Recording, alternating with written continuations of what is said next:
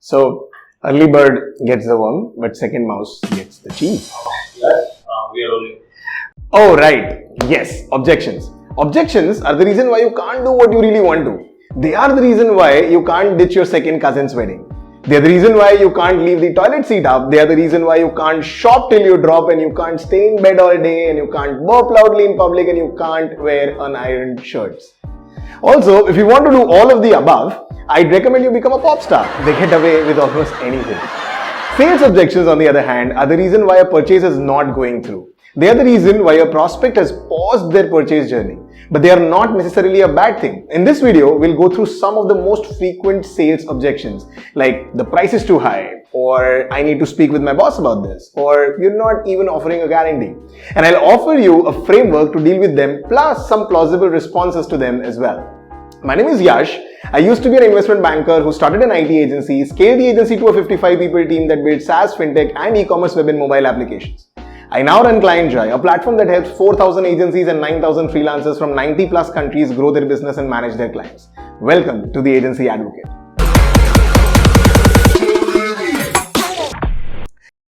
Your pricing is too high. I need to speak with my boss. You're not offering any guarantee.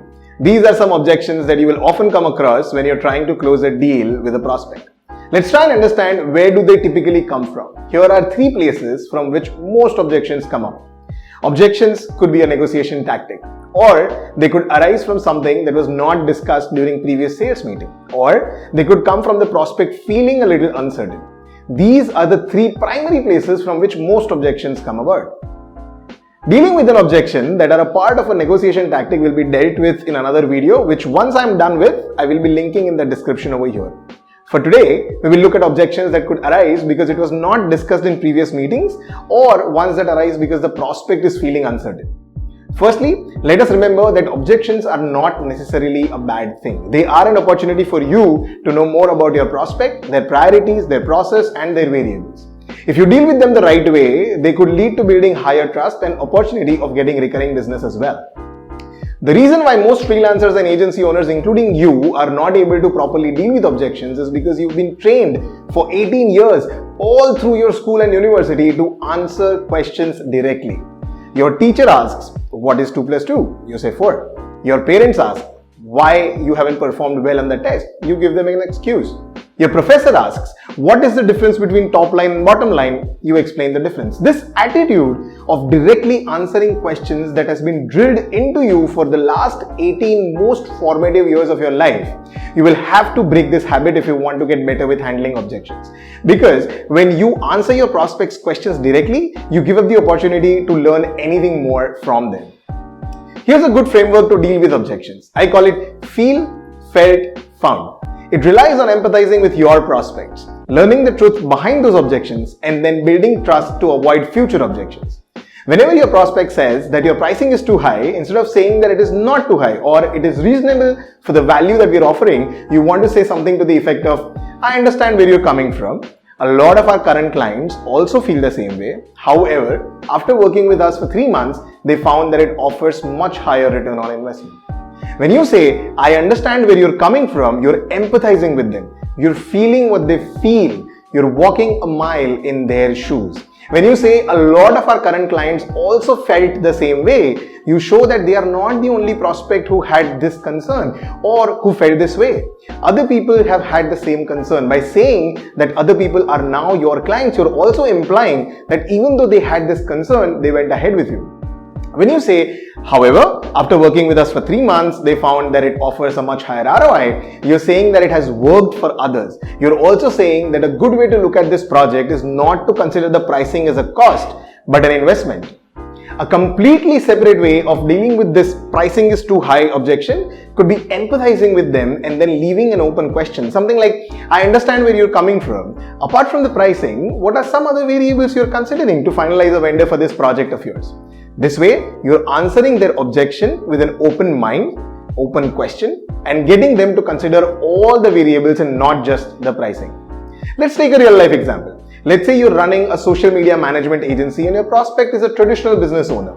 And the objection is that they do not believe in social media at all, that they think that social media is a waste of money, time, and energy. If I were you, I'd say, I feel where you're coming from. Most businesses are not able to leverage social media for themselves, but have you ever come across a customer of yours who discovered you over the internet? If yes, think about it. You've been doing your own social media as and when you got time. It is not consistent. None of your pages or content is optimized. You don't have enough ratings as well. What if you sign us up and we do it on your behalf? Consistently and with industry standard practices. Now, if you continue doing it, social media would be one of the things you do in your business. But for us, social media is all we do for 20 other businesses where average ROI is 1:3. For every dollar invested, they have been able to generate $3 in sales. Think about it. If so and so customers found you by accident on social media, how many more could find you if we did it right together? Would that be of interest to you? In this answer to the objection, I did a couple of things. I empathized and understood where they're coming from. Maybe their friends who also run traditional businesses would have already tried social media and failed. They could also have gotten some millennial from their family to take care of their social media who did the job only to get out of the house. I also pointed out some issues in their current social media as well. I built trust by sharing that we are specialists who do just social media management for like 20 other businesses. And lastly, they looked at social media management as a cost, which I turned them into looking at it as an ROI-driven conversation. Now, saying this won't always lead to conversions, but using this framework, two outcomes could happen. One, either you learn a lot more about the prospect that you never could have learned had you directly answered the question, or this is your best chance at closing the deal.